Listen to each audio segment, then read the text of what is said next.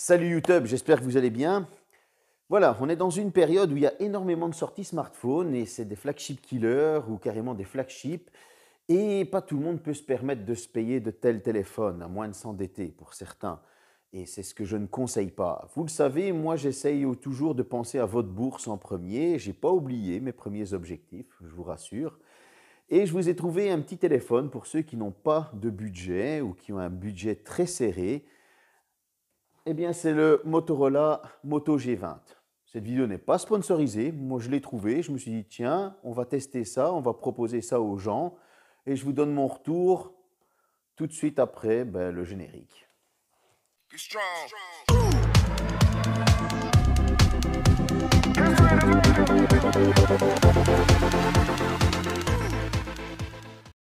Bon, nous voilà avec le Motorola Moto G20. Alors, qu'est-ce qu'il nous raconte? Bon, je l'avais ouvert pour voir un petit peu à quoi il ressemblait. Donc, un écran de 6,5 pouces 90 Hz, une batterie de 5000 mAh, 48 mégapixels avec un système Night Vision. Allez, on ouvre ça tout de suite, on y va. Voilà, donc voilà le téléphone qu'on regardera ensuite. Bon, un emballage très simpliste, hein. Les petits fascicules ici avec la petite pin que voilà. On va mettre ça de côté. Dans la boîte, un câble USB vers USB type C. C'est la base à l'heure actuelle. Ensuite, on va retrouver un chargeur 10 watts. Je vais essayer de bien le mettre pour qu'on le voit. Voilà, c'est un 10 watts. Alors, on va retourner voir ce téléphone. Le voilà. Alors, comme vous pouvez le voir, il y a une coque qui est fournie. C'est sympa, le petit reflet qu'il y a là. On va enlever la coque pour directement voir le téléphone. Une coque qui s'enlève assez facilement, qui n'a pas l'air de mauvaise qualité. Bon, c'est un dos mat. Forcément, à ce prix-là, c'est du plastique. Ici, il y a un petit film sur l'écran que je vais enlever de suite. Voilà.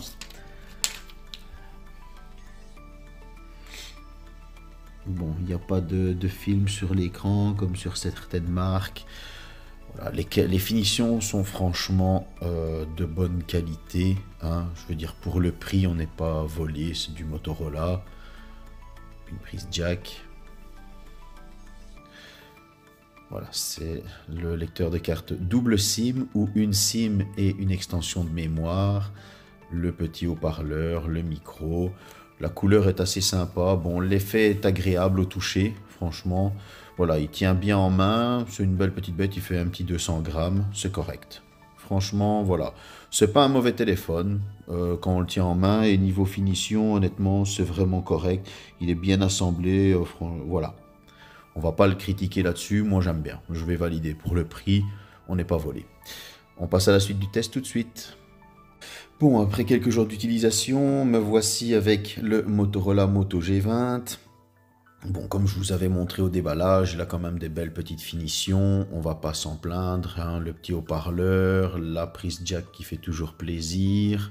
Voilà, double SIM, on peut mettre aussi une carte mémoire pour l'extension de mémoire. Le lecteur d'empreinte ici, il y a une reconnaissance faciale là. Il se déverrouille assez facilement, pardon. Dérouille, je l'aurais explosé. Voilà, maintenant si on fait le tour du propriétaire, on pourra noter des bordures assez larges et un menton très proéminent, ainsi que, bon là on est un peu en retrait avec cette fameuse goutte d'eau pour la caméra. C'est un Android pur, ça fait plaisir, mais c'est Android 11, voilà, c'est Android pur, c'est pas mauvais du tout. Android 11, et attention, il aura probablement la mise à jour Android 12, ce qui est franchement pas mal pour 142 €. Donc voilà, on va passer à la suite du test tout de suite.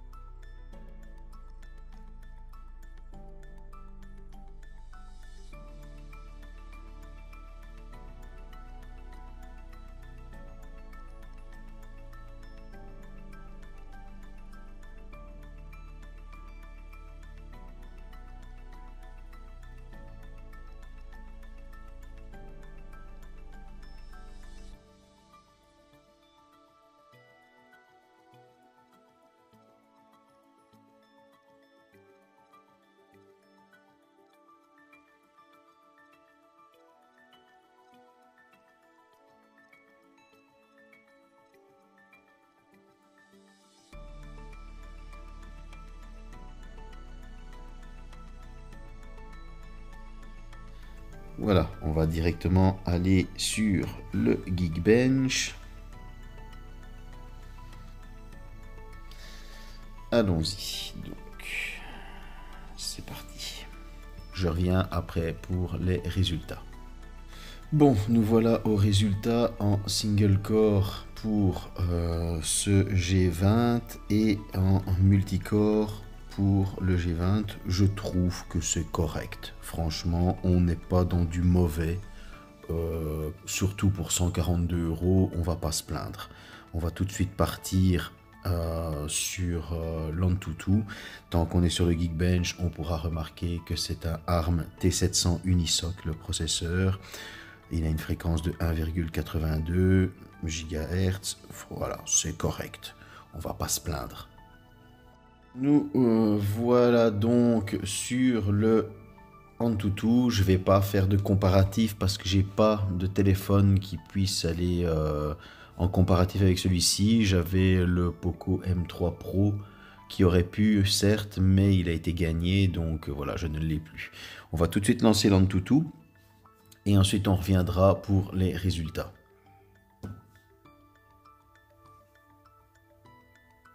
Bon, nous voilà avec un score de 200 568. C'est pas énorme, clairement. Bon, il aurait été face au Poco M3, M3 Pro, pardon.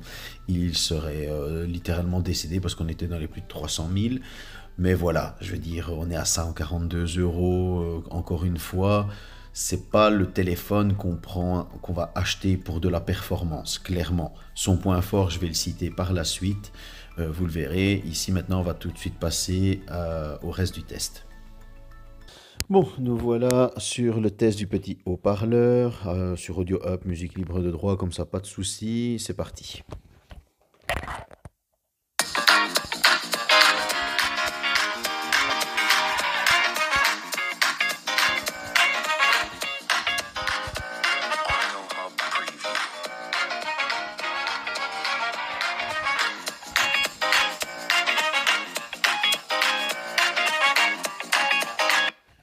Voilà, comme on peut l'entendre, c'est un son quand même qui est correct. Ok, c'est pas du Harman Kardon, je suis d'accord, mais c'est très correct pour le téléphone.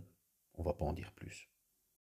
Bon, nous voilà sur Asphalt 9. J'ai pas réussi à installer Fortnite, pas compatible. Genshin Impact idem. On pouvait mettre PUBG, mais en résolution minimum. Asphalt 9 tourne de manière correcte, donc voilà, c'est déjà ça. Je vais vous montrer qu'est-ce que ça donne.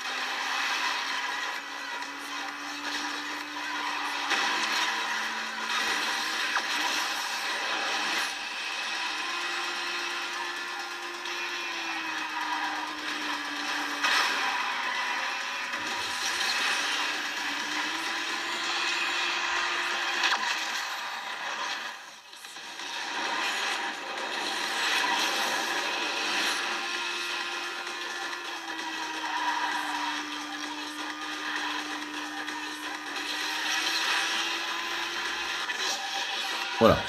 Comme vous avez pu le voir, ça tourne de manière correcte. Il y a de quoi se faire plaisir quand même.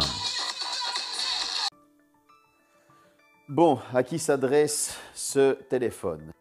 Pour une fois, je vais vous dire comment le gagner. C'est super simple, c'est comme d'habitude. Vous taguez 5 personnes sur Instagram, vous êtes abonné, vous likez la vidéo et voilà. Bon, maintenant on va passer à la conclusion parce que comme ça, ainsi ceux qui sont là que pour le concours, ils sont déjà partis. Ceux qui s'intéressent à la vidéo vont rester. Comme vous avez vu dans le titre, son point fort principal, c'est l'autonomie. En l'utilisant normalement, j'ai tenu 2 à 3 jours. 2 jours sûrs. Honnêtement, en tirant dedans, en régulant un peu votre accès au téléphone, vous allez tenir 2 jours et demi, 3 jours.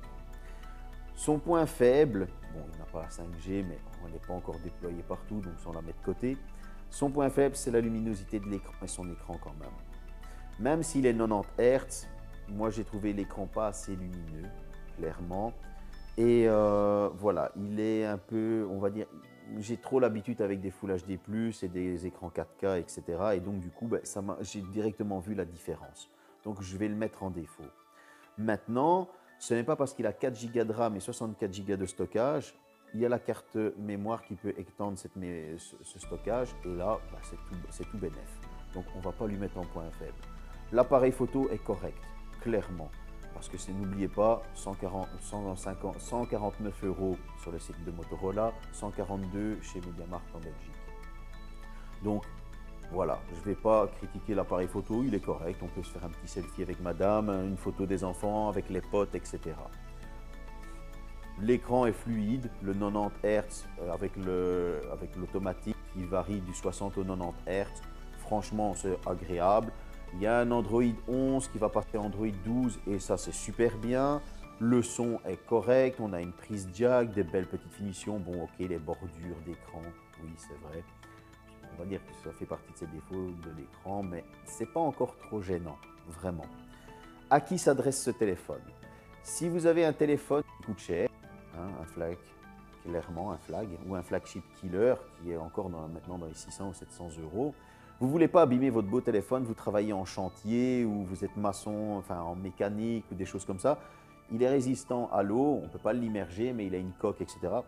Faites-vous plaisir les gars, vous prenez ce petit téléphone pour le boulot, voilà, vous n'allez pas l'abîmer, votre beau téléphone. Et celui-ci, ben, il sera endurant pour la journée de travail, recevoir des coups de fil, que ce soit un entrepreneur, n'importe quoi sur chantier qui ne veut pas abîmer son iPhone, on va dire par exemple, voilà. Si maintenant vous n'avez pas de budget pour un flagship killer, est-ce que je vous le conseille? Oui. Pour la simple et bonne raison que pour 142 €, je vais toujours le dire au prix auquel je l'ai trouvé, vous avez quand même un chouette téléphone qui a une bonne batterie, vous pouvez faire du YouTube, du Netflix, aller dans les réseaux sociaux, des petites photos sympas pour vous, la famille, etc. Il est fluide, écran 90 Hz. Ok, c'est pas 5G, mais bon, les abonnements 5G, on les a pas encore, enfin, ils sont chers, etc. Donc voilà, on est dans des budgets serrés. C'est moins de 150 balles, clairement. Voilà, franchement, faites-vous plaisir. 142 €, ça vaut la peine. Si maintenant vous êtes une personne qui n'en avait rien à faire des téléphones chers et que vous vous dites, moi je veux juste un téléphone pour faire des messages, un peu de Facebook, un peu d'Instagram et faire des photos et téléphoner, bah, prenez-vous ça aussi. Je veux dire, vous n'allez pas dépenser de l'argent dans un téléphone plus cher. 142 €, voilà, il est là.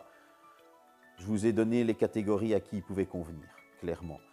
Maintenant, il y en a qui vont se dire, bah non, j'ai acheté un téléphone à 1000 balles, je l'utilise. Okay, voilà. Moi, en tout cas, je vous donne mon conseil. Je ne vais pas le critiquer parce que moi, je me base à chaque fois sur son prix.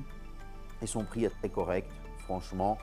Il y en a même des moins chers, vous me le direz aussi, hein, dans d'autres marques. Mais son prix est correct, il tient bien en main, il est sympatoche, la couleur est sympa. Aussi, il existe aussi en rose, pour celui qui veut. Moi, c'était pas trop mon délire le rose, donc c'est du bleu. Et puis il y a ces petits reflets qui sont sympas, il prend pas trop les traces de doigts, ça j'ai apprécié aussi. Voilà. J'espère que cette vidéo vous a plu, donc n'oubliez pas de vous abonner et de me mettre un gros pouce s'il vous plaît, parce qu'il y en a beaucoup qui oublient de le faire. À bientôt. Be strong.